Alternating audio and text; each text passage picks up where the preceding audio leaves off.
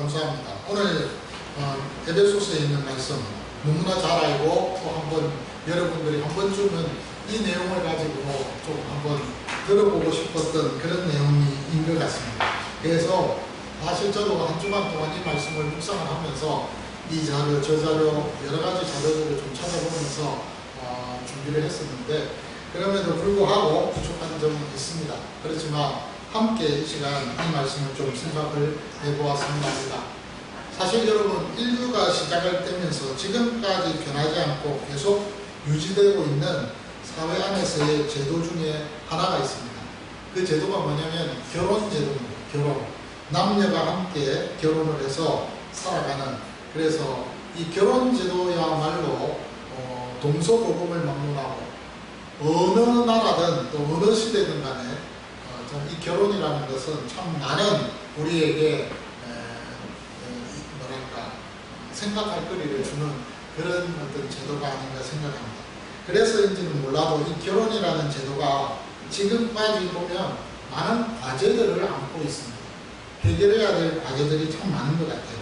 여러 방향에서 어떻게 하면 이것을, 이 문제를 해결해야 될 것인가에 대해서 제시를 하고 있기도 하지만, 지금도 그 과제가 해결되지 못해서 그것을 찾고 있고 노력하고 있는 그런 시점에 있는 제도 중에 하나가 이 결혼 제도가 아닌가 생각합니다. 무엇보다도 이 결혼이라는 이 제도가, 왜냐면은 사실은 어떤 시스템 속에서 만들어진 제도가 아니기 때문에 그래요. 이 제도는요, 시스템적인 어떤 관점에서 만들어진 것이 아니라 인격과 인격이 만나서 만들어진 하나의 복합적인 제도이기 때문에 이 제도는요, 결혼이라는 이 과제라는 이 문제는 그렇게 쉽게 풀리는 것은 아닌 것 같습니다. 아무리 생각해봐도 저도 결혼했지만 결혼을 하고 지금까지 살아오면서 30년을 살아오면서 많은 과제들이 아직도 있습니다. 그래서 그 문제들 하나하나를 풀어나가기 위해서는 참으로 많은 시간과 노력이 필요한 것 같아요. 그래서 사실은 이 결혼이라는 이 문제에 대해서는 많은 사람들이 고민하게 되고 또 갈등하게 되고, 그런데 그 갈등의 관계를 해소하기 위해서 또 여러 방법을 제시하고 있는 것이 아닌가 하는 그런 생각을 해보게 되어집니다. 오늘 이 바울이 이 결혼에 대한 이야기를 하고 있습니다. 어떤 면에서 보면은 이 결혼에 대한 이 이야기 자체가 결혼 제도에 대한 어떤 해결 방법들 가운데서 하나일 수도 있습니다.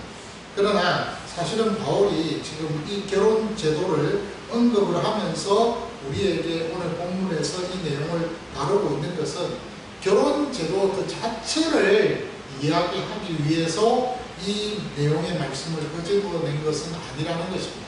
원래 바울이 말하고자 하는 그 핵심은 뭐냐면 에베소서 5장 21절에 있는 그 말씀 때문에 이 예화를 들고 있다는 것이지요.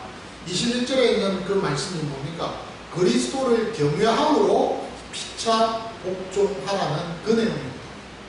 그리스도를 경외함으로 피차 복종하라는 이 말씀 때문에 사실은 이 부부 생활에 대한 또 부부 생활뿐만 아니라 부모와 자녀와의 관계, 그리고 종과 상전의 그 관계에 대한 예화들을 지금 설명하고 있는 것입니다.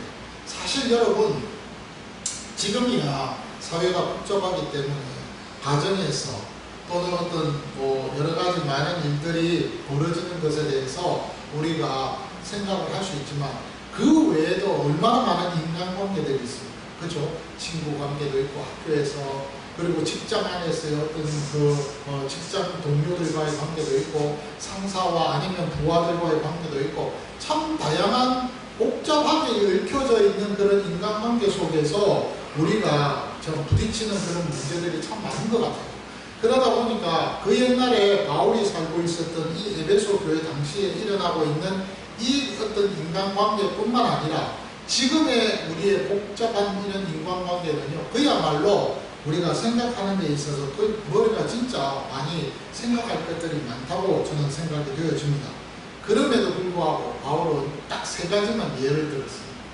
부부 생활에 대해서, 그리고 부모와 자녀와의 관계 속에서, 그리고 3번째는 종과 상전의 어떤 관계 속에서 그 관계를 어떻게 잘 이것을 진행하고 또 매듭을 지어야 되느냐에 대해서 설명을 하고 있죠. 왜냐하면 이 문제가 그 당시에 많은 주변 사람들에게 또 특별히 에베소 교회 성도들에게 아주 진지한 문제로서 다루어지고 있었기 때문에 이 예를 세 가지를 들었다는 말입니다.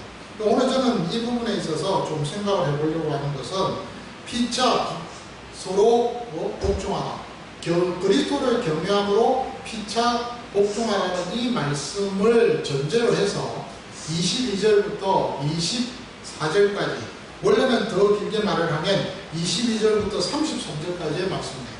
22절부터 33절까지의 이 제시되어진 이 내용들을 좀 우리가 중점적으로 생각하면서 시간이 우리가 되는 데까지 이 부부 생활에 대해서, 부부 관계에 대해서 그리스도 안에서 가지게 되는 부부 관계는 어떤 것인가에 대해서 좀 생각을 해보아야 되지 않을까, 저는 그렇게 말씀 좀 드리고 싶습니다.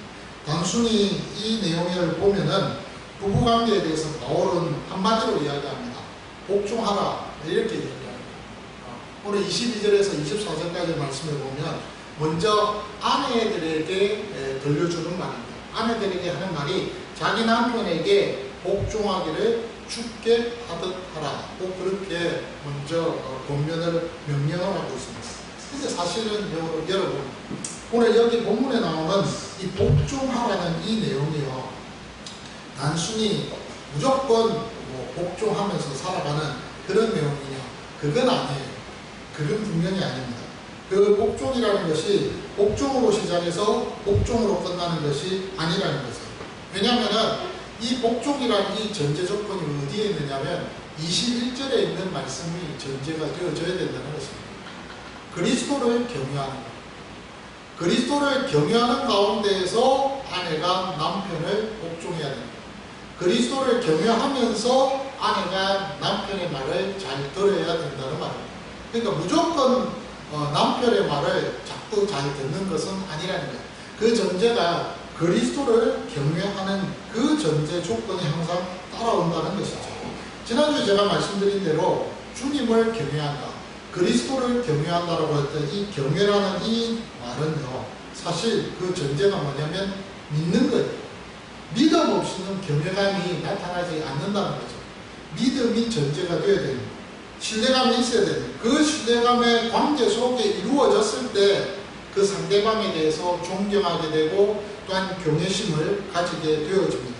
만약에 믿음이 없다면 존경도 경외심도 사라질 수밖에 없겠죠. 이처럼 경외심이라는 것은 먼저 믿음에서 출발을 되어집니다. 그래서 오늘 바울이 지금 이야기합니다.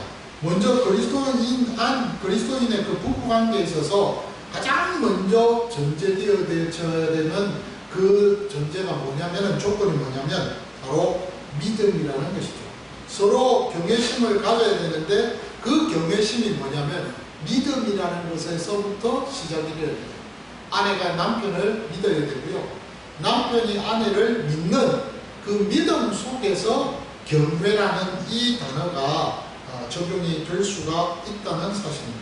물론 여러분, 우리가 잘 아는 대로 부부 간에 있어서 부부 사이에 가장 우선이 되는 것은 믿음이 우선이 되어야 돼요, 사랑이 우선이 돼야 돼요.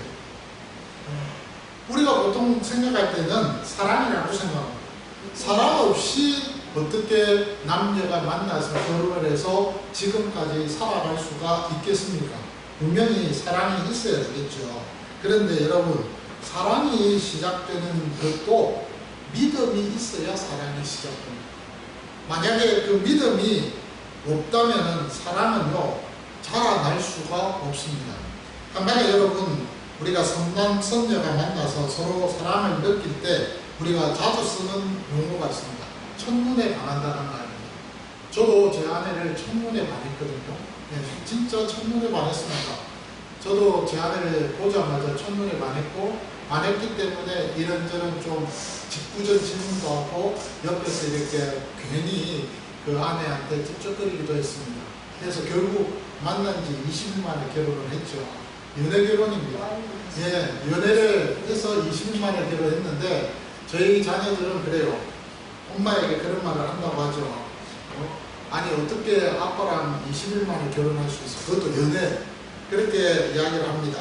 뭘 보고 저 남자가 뭐 대단하다고 그렇게 뭘 믿고 결혼을 했냐는 거죠. 우리 큰딸은 자주 그런 이야기를 합니다. 지금 결혼을 했고 또 남편이 있으니까 또 그런 이야기를 하면 또 제 아내는 그때 그 상황과 함께 여러 가지 이야기를 해줍니다. 어쨌든 여러분 첫눈에 반한다는 그 말 우리가 자주 사용합니다. 근데 이 말 역시 사실은 믿음이라는 것이 전제되었다고 우리는 생각을 해야 됩니다. 먼저 여러분 알아야 할 것은 첫눈에 반한다는 것은 믿음하고 상관없어요. 그거는 감정입니다. 감정이 통해서 와 좋다 이렇게 너무 사랑스럽고 내 사람 같아 라고 그 감정이 먼저 앞서지요. 그 감정이 먼저 앞선 가운데에서 첫눈에 반해서 그래서 에로스적인 그런 감정을 가지면서 그 사람에 대해서 사랑의 감정을 감각적인 감정이 시작이 되어진다는 것입니다. 근데요 그 사랑은 사실은 잠깐입니다.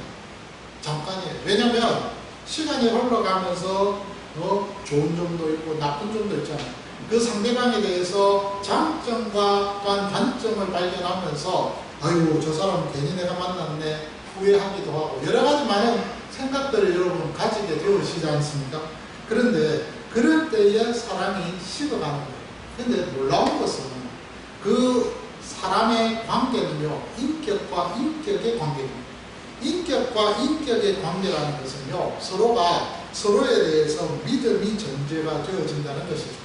그렇기 때문에 시간이 흘러가면서 에로스적인 그런 사랑의 감정이 나중에는 믿음으로서 이지적인 감정으로 바뀌게 되어진다는 것입니다. 그러면서 알아가고 그 사람에 대해서 알아가면서 이 사람에 대한 확신을 갖게 되고 확신을 갖게 되면서 그러면서 서로가 믿음의 단계까지 이르게 되어진다는 것이죠. 옛날에 우리가 중매로 성남 성녀들이 만나는 그런 경우들을 여러분 잘 아실 겁니다. 먼저 보고 그 사람 마음에 들면 몇 마디 해보고 그 다음에 마음에 들면 결혼을 합니다. 그러면서 세월이 지나면서 그러면서 그 사람에 대해서 알면서 믿음이 쌓여져 가는 거죠. 그것이 옛날 우리 부모대의 결혼의 모습들이었습니다. 근데 지금은 그렇지가 않아요. 지금은 당연히 연애합니다. 연애하면서 몇 년 동안 그 사람을 알아가면서 그러면서 그 사람에 대한 확신과 믿음을 가져졌을 때 그때 이제 결혼이라는 것에 올인을 해서 그래서 결국에는 이제 살아가죠. 그 연애 기간이라는 것이 서로의 그 어떤 관계 속에서 믿음을 만들어가는 그런 관계가 바로 이 연애 기간이 아닌가 생각이 되어집니다. 어쨌든 여러분 분명한 것은요. 우리가 믿음이라는 그 전제가 있어야 된다. 사랑의 어떤 에로스적인 감정도 있지만 그러나 분명한 것은 결혼이라는 것은 믿음이라는 관계가 전제가 안 되지 않으면은 그 결혼의 관계는 깨어질 수밖에 없다는 것입니다.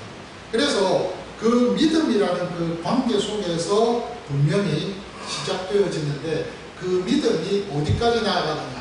상대 서로 간의 경외심까지 나간다는 거예요. 그래서 그리스도를 경외함으로 피차 복종하라는 그 문장 속에서 바로 주 예수 그리스도를 믿고 그분에 대해서 존중하고 그분에 대해서 사랑하고 그분에 대해서 존경하는 그 마음이 나아가서 눈에 보이는 내 남편에게까지도 그 마음이 가지게 되어진다는 것입니다. 왜? 믿기 때문에. 그 남편을 믿기 때문에 살아가면서 이 사람이 이렇게 좋은 사람이네. 이 사람이 정말 확실한 사람이었네. 내가 생각했던 그 이상으로 이 사람은 정말 굉장한 사람이었어 라고 그렇게 부인들이 아내들이 그 생각을 하게 된다는 거예요. 그러면 그 믿음 속에서 그 상대방 남편에 대해서 경외감을 갖게 되어지죠. 그래서 오늘 본문에 아내들에게 하는 말입니다. 복종을 하긴 하는데 죽게 하듯라고 그렇게 말씀합니다. 죽게 하듯. 이 말은 다른 말로 이야기하면 경외심을 가지라는 말입니다. 경외감을 가지고서 그러면서 그 내용을 가지고 복종하는 그 일에 힘을 쓰라는 것입니다. 사실 오늘 여기 본문에 보면은 죽게 하듯 하라. 아내들이여 너희 남편에게 복종하라. 왜냐하면 그것이 죽게 대한 너의 의무의 일부이기 때문이다. 이렇게 우리가 해석을 할 수가 있다는 것. 다른 말로 이야기하면 무슨 말이냐면 죽게 하듯 하라. 다른 말로 이야기하면 남편에게 복종하는 그것이 눈에 보이지 아니하는 그리스도를 사랑하고 복종하는 하나의 표시가 되어진다는 거예요. 우리가 하나님을 눈으로 볼 수 있습니까? 없습니까? 못 보잖아요. 그 하나님 어떻게 봅니까? 우리는 하나님을 눈으로 볼 수가 없습니다. 그런데요, 보이지 아니하는 그 하나님을 내가 사랑합니다. 보이지 않는 그 하나님 앞에서 내가 그를 위해서, 주님을 위해서 내가 삽니다라고 그렇게 우리가 고백하고 마음을 먹었을 때, 그때 우리가 눈에 보이는 남편에게 잘하는 그것이 바로 하나님께 잘하는 것입니다. 그러니까 결국에는 무슨 말이냐면 우리 아내된 자들이 남편에게 복종하는 그 모습 자체가 뭐냐면은 주님 앞에 내가 주님 말씀대로 순종하면서 살아갑니다라는 그 고백과 같은 고백이 되는 거예요. 그러면 여러분 이런 생각을 할 겁니다. 와, 이 너무하지 않느냐? 우리 여자들에게 이런 가혹한 이런 요청을 명령을 하고 있지 않느냐? 우리 속된 말로 말하면은 페미니즘이라죠. 예, 여성 우월 같은 페미니즘 같은 그런 마인드를 갖고 있는 분들은요, 거부감을 갖게 되어지는 그런 내용의 말씀이 아닌가 생각합니다. 근데 사실 이것은 창조 질서 중에 하나이기 때문에 어쩔 수 없어요. 오늘 본문에 보니까 바울이 아내들에게 먼저 이야기를 했거든요. 남편에게 먼저 이야기할 수도 있어요. 근데 아내들에게 먼저 이야기했어요. 물론 아내들에게 먼저 이야기한 그것이 굳이 우리가 설명을 한다면 굳이 이렇게까지 할 이유가 없는데 라고 우리 모두가 생각할 수 있지만 바울은 분명한 어떤 기준이 있었기 때문에 그래서 여인들에게 먼저 이야기를 했다는 것입니다. 물론 여러분 기억해야 할 것이 있습니다. 그리스도인이라면 예수 그리스도에게 복종하는 것 당연합니다. 이것은 여자들뿐만 아니라 남자들도 마찬가지예요.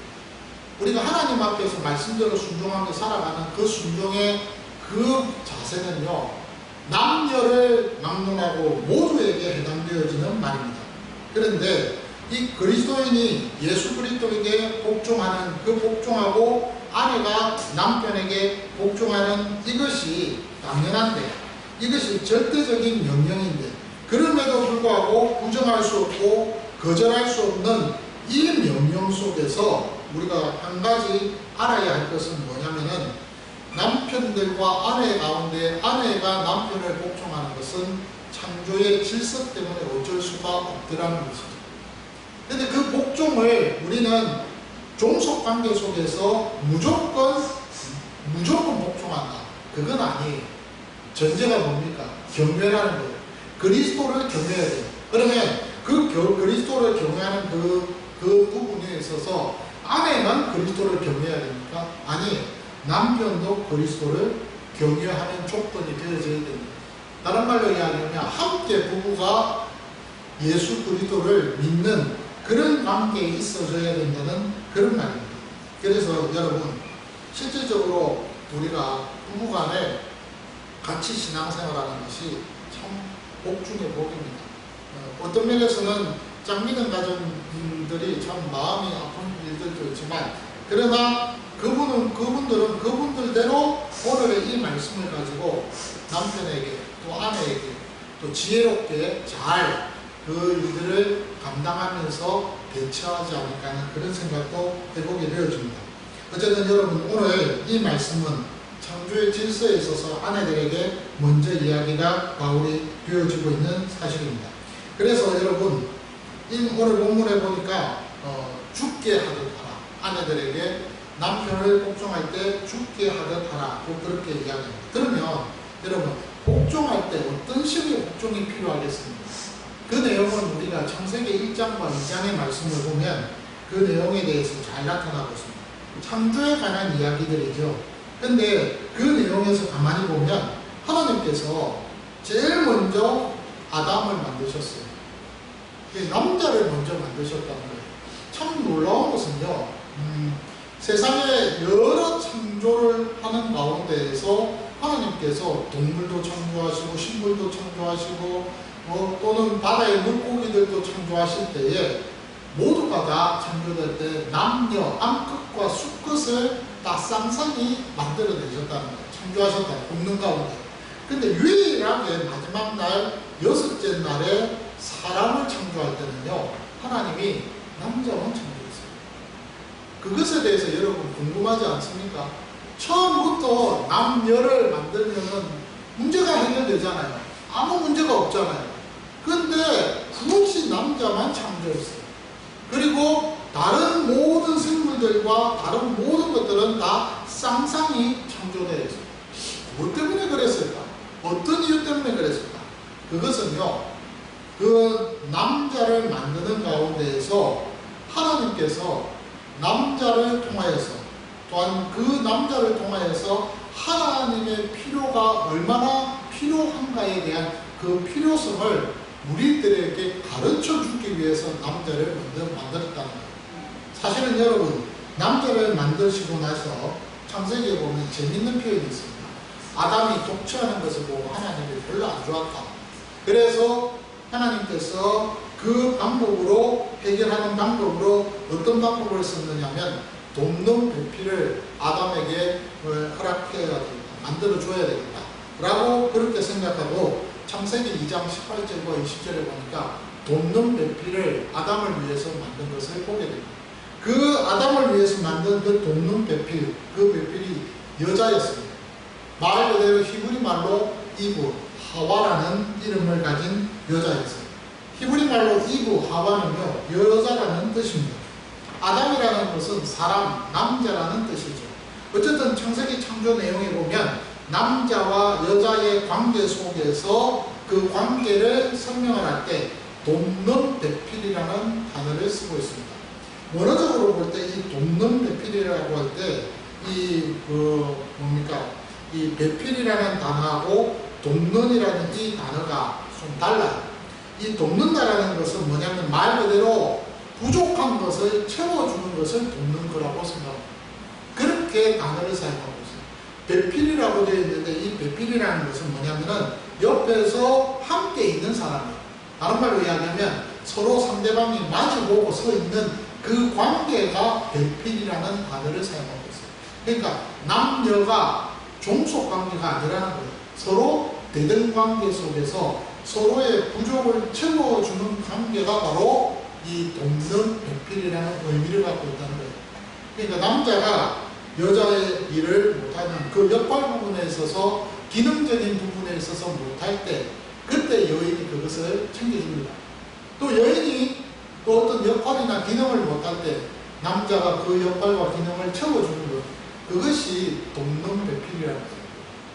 제가 한 가지 예를 들면 저는요 산수를 잘 못합니다. 그래서 그렇게 뭐 숫자가 그렇게 밝지는 않습니다. 예, 1 더하기 1 하면 2 잘 압니다. 그런데 어떤 숫자의 개념에 있어서 크고 작음에 있어서 어떤 그런 부분들을 잘 몰라요. 그래서 굉장히 제가 어떤 때는 조금 마음이 좀 혼란스럽기도 한데 아내를 만나서 그걸 채워줌을 받습니다. 제 아내는 숫자 개념이 굉장히 밝습니다. 그리고 경제 개념이 굉장히 밝아요. 근데 모든 여성분들은 다 그런 것 같아요. 모든 여성분들은 경제 개념이 있으신 것 같더라고요. 그 학창시절에 공부를 잘했다 못했다. 여성이라는 그 태생 자체가 경제 개념에 대해서 굉장히 남자들보다는 생각이 깊으신 것 같아요. 그것은 어쩔 수 없는 또 하나의 남자가 가질 수 없는 그런 어떤 역할 아니겠어요? 기능 아니겠어요? 그런 부분들은 부인을 통해서 부족한 부분을 도움받아서 채워야 되겠죠. 예. 근데 여자분이 못하는 것이 있습니다. 힘을 쓰는 거, 그거는 단순한 거고요. 어떤 통찰력이나 어떤 어떤 전체를 아우러서 바라보는 어떤 관점, 이런 것들은 또 여자분들보다 남자분들이 조금 더 많으신 것 같아요. 그럴 때에 남편이 옆에서 한마디 딱 이렇게 해주면 부인이 그 일에 대해서 생각을 하고 결정을 합니다. 그것이 어디까지 영향을 미치느냐, 자녀 교육하는 데까지 영향을 미치는 것을 보게 되죠. 그러니까 모든 부분에 있어서 역할 부분은, 기능 부분은 차이가 있고 그 부족을 채워줘야 되는 것이 분명한 것 같습니다. 페미니즘이라는 그 지금 여성 해방운동 같은 그런 부분 강조하는 데도 보면은 저는 그렇게 생각합니다. 역할이나 기능 부분은 분명히 차이가 있다고 생각합니다. 인격에 있어서 우리가 그 부분에 있어서 여성의 어떤 차등 부분을 이야기할 때는 좀 그것은 좀 더 고려를 해봐야 되지 않을까 하는 그런 생각을 보게 됩니다. 그렇다고 여성을 무시한다든지 경멸한다든지 그 여성에 대한 어떤 그 관계에 있어서 그 모든 것들을 하나의 어떤 하등한 차원으로 그렇게 생각한다. 그건 아닌 거라고 생각합니다. 어쨌든 여러분, 오늘 부부관계에 있어서 제가 드리고 싶은 말은 우리가 그리스도를 경외하는 그 경외, 믿음이 전제가 되듯이 부부관계도 서로의 경외심이 있어야 되는데 그것은 믿음에서 출발된다는 사실입니다. 그리고 그 믿음에서 출발되는 그 관계는요, 경외심으로 나타나고, 경외심으로 나타날 때 아내는 남편을 또한 복종하게 되고 순종하게 되어집니다. 근데 그 복종이라는 그 관계가 어떤 무조건 명종이 아니라는 거예요. 명종이 아니라 언제나 죽게 하듯이 그렇게 생각하면서 그러면서 복종하게 되어진다는 사실입니다. 그래서 오늘 22절에 있는 그 내용의 말씀은 그런 뜻이에요. 23절에서도 여러분, 이는 남편이 아내의 머리가 된다. 그리스도께서 교회의 머리가 된 것 같이 그도 바로 몸의 구주시라고 그렇게 설명을 합니다. 사실 여러분, 이 말의 의미도 굉장합니다. 왜냐하면 남편이 아내의 머리가 된다. 예, 맞아요. 남편이 아내의 머리가 된다는 이 말은 다른 말로 이야기하면 대리자라는 의미입니다. 대리자. 왜냐하면 그 뒤에 보면은 그리스도께서 교회의 머리가 된다라고 했습니다. 우리 예수 그리스도께서 우리 교회의 머리가 되십니다. 교회는 그의 지체고 몸이라고 했잖아요. 그러니까 골로새서에 있는 그 말씀에 우리가 근거한다면 사실은 그리스도께서 교회의 머리가 되시는데 그것처럼 가정에서 남편도 아내의 머리가 된다는 거예요. 근데 그 머리라는 것은 한마디로 이야기하면 큰 역할을 이야기하는 거예요. 그래서 23절 뒤에 보면 그가 바로 몸의 구주심이라고 했습니다. 이 몸은 지체잖아요. 교회를 이야기합니다. 그 교회의 구주가 되신다는 거예요. 구주는 뭐예요? 메시아라는 뜻입니다. 원어적으로 볼 때 크리토스라고 되어 있습니다. 그 메시아 구주가 되신다. 그분은 대리자가 되신다는 거예요. 그래서 역할적인 남편이 그리스도라는 의미가 아닌 남편이 그리스도가 되는 것이 아니라 남편이 그리스도의 그 역할인 대리자의 역할을 하듯이 하나님과 이 가정의 모든 세상의 모든 일들에 있어서 남편이 앞서서 대리자가 되어서 대표가 되어져서 그래서 그 일들을 감당하는 그 감당의 역할을 한다는 말이에요. 그것이 바로 오늘 23절에서 말하고 있는 의미라는 거예요. 그리고 나서 24절에서는 그러므로 교회가 그리스도에게 하듯이 아내들도 범사에 자기 남편을 복종해야 된다고 했습니다.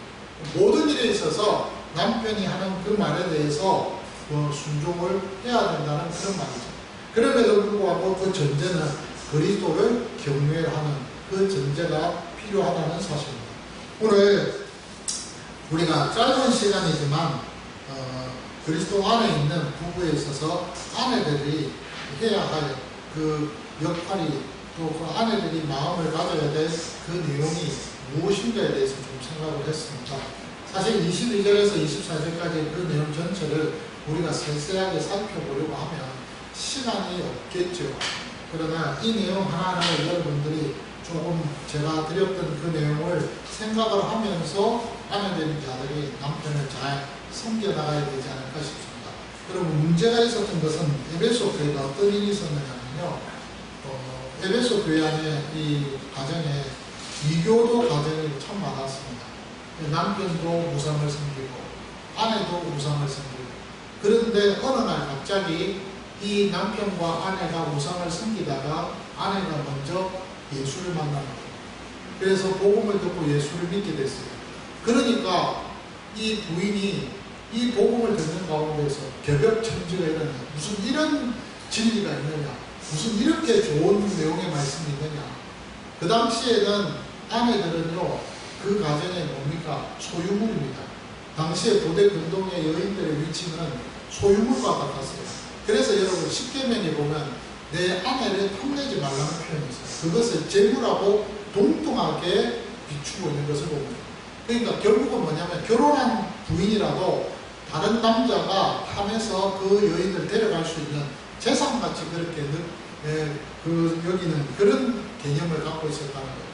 그런 가운데에서 오늘 이 복음을 듣고 인격적으로 여인에 대한 그 이야기를 했을 때, 그때 이 이교도에 파묻혀 있던 이 여인이, 부인이 예수 믿고 나서 이게 무슨 개벽천지냐 이렇게 생각하지 않겠어요? 그러니 당연히 남편의 말을 어떻게 생각할까요? 안 듣겠죠. 말씀이 이렇게 되어 있는데 어떻게 내가 당신의 말을 들을 수 있느냐고 그렇게 항변하면서, 그러면서 부인이 남편에게 맞대꾸도 하고 저항도 할 수 있겠죠. 그런 일들이 에베소 교회 안에서 비일비재하게 일어났다 이 말입니다. 그렇기 때문에 그런 일들 때문에 오늘 사실은 아내들에게 먼저 이야기하는 겁니다. 야, 너희들 그거 아니야 라고 그렇게 말하고 있는 것이죠. 그러니까 여러분, 예수를 믿고 나서 우리에게 있어서 변화된 그 모습들은 참 많습니다. 그런데 중요한 것은 예수 믿고 난 이후에 우리 자신들의 삶을 돌이켜보면 그 바뀐 그 삶들이 예수 믿기 이전의 그 삶과 더 나은 삶이지 못한 삶은 아니라는 거죠.